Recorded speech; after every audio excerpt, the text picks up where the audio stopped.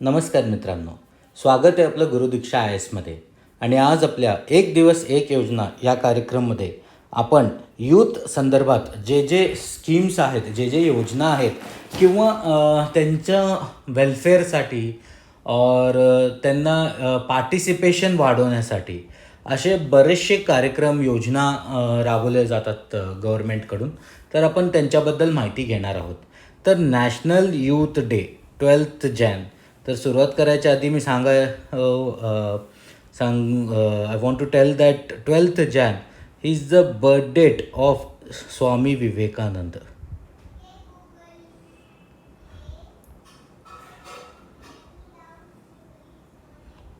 आणि सांगायचं म्हटलं तर हे एक मोठे इन्स्पिरेशन आहेत, एक मोटिवेशन त्यांचे. जर arise awake and stop not until the goal is reached, हा जो त्यांचा हे आहे quote, that is always very close to my heart. आणि ह्याच्याने मला बऱ्याचशा काही कार्य करताना खूप शक्ती भेटलेली आहे, मोटिवेशन भेटलेलं आहे.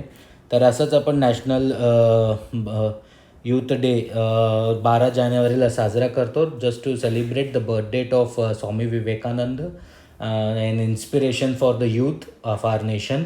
आणि त्याचबरोबर आपण काय स्कीम्स आहेत, योजना आहेत किंवा प्रोग्राम्स आहेत ह्यांच्याबद्दल माहिती घेऊयात.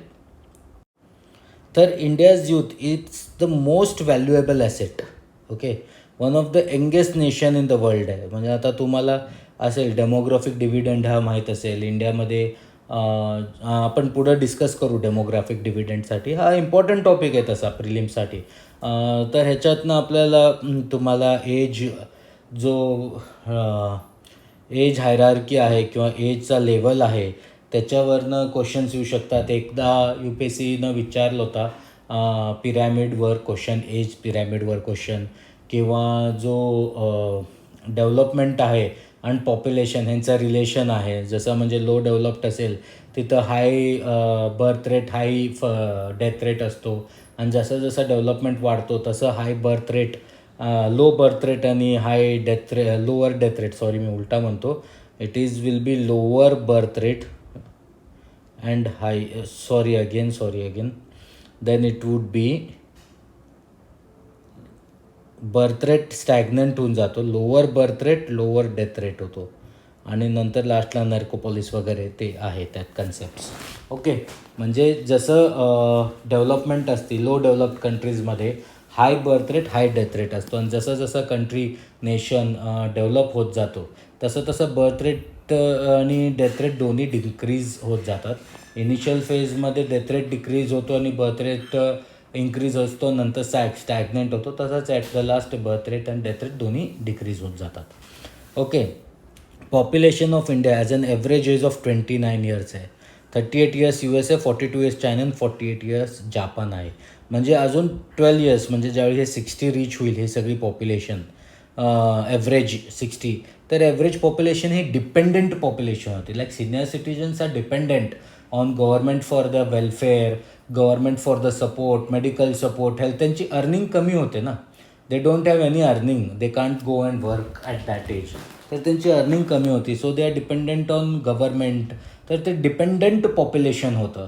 आणि इंडियाचं आता 29 इयर्स ॲव्हरेज एज आहे, म्हणजे they are coming in to the वर्कफोर्सचा जो एज आहे त्याच्यात ते एंटर करत आहेत. सो वी विल हॅव, म्हणजे आपली इकॉनॉमिक डेव्हलपमेंट होण्याचे चान्सेस जास्त आहे, because we will be in to, most of our people will be involved in to economic activity. आणि तेच जापानमध्ये it would more be a dependent population.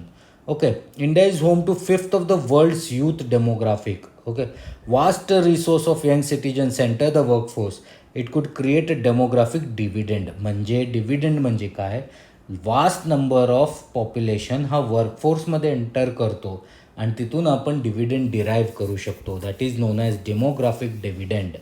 Demographic डिव्हिडंडचं definition दिलेलं आहे युनायटेड नेशन पॉप्युलेशन फंडनं, की demographic dividend is an economic growth. It is an economic growth resulting from a shift in a population's age structure, mainly when the working age population is larger than the number of dependents. Working age population is larger than the dependents. Economic growth जे होती पॉप्युलेशनमध्ये because of shift of population age structure into workforce. Okay, हे important आहे definition. ह्याच्यावर directly प्रिलिम्समध्ये question येऊ शकतात.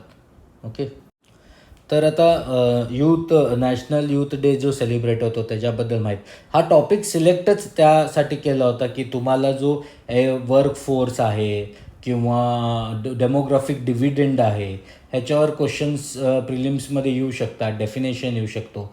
हा डेफिनेशन कुणी दिला आहे? युनायटेड नेशन पॉप्युलेशन फंडनं दिलेला आहे डेफिनेशन. ह्याच्यावर येऊ शकतात, म्हणून हा एक छोटासा टॉपिक आहे. आणि ह्याच्यात काय जास्त असं स्कीम्स असं नाही, कारण बरेचसे स्कीम्स आहेत जे स्किल डेव्हलपमेंटसाठी आहेत, एज्युकेशन पर्पजसाठी आहेत किंवा तुमचे वोकेशनल आणि इंटर्नशिप्स आहेत त्याच्यासाठी बरेचसे स्कीम्स आहेत, हेल्थसाठी आहेत. So these are all part where youth is been targeted आहे. बट आता ह्याच्यात स्पेसिफिक स्कीम असं नाही आहेत, पण प्रोग्राम्स आहेत. आपण ते पुढं बघूया.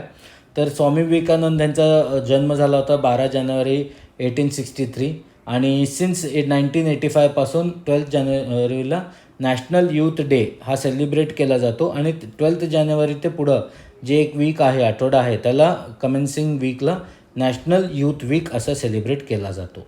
Okay, under the component of promotion of national integration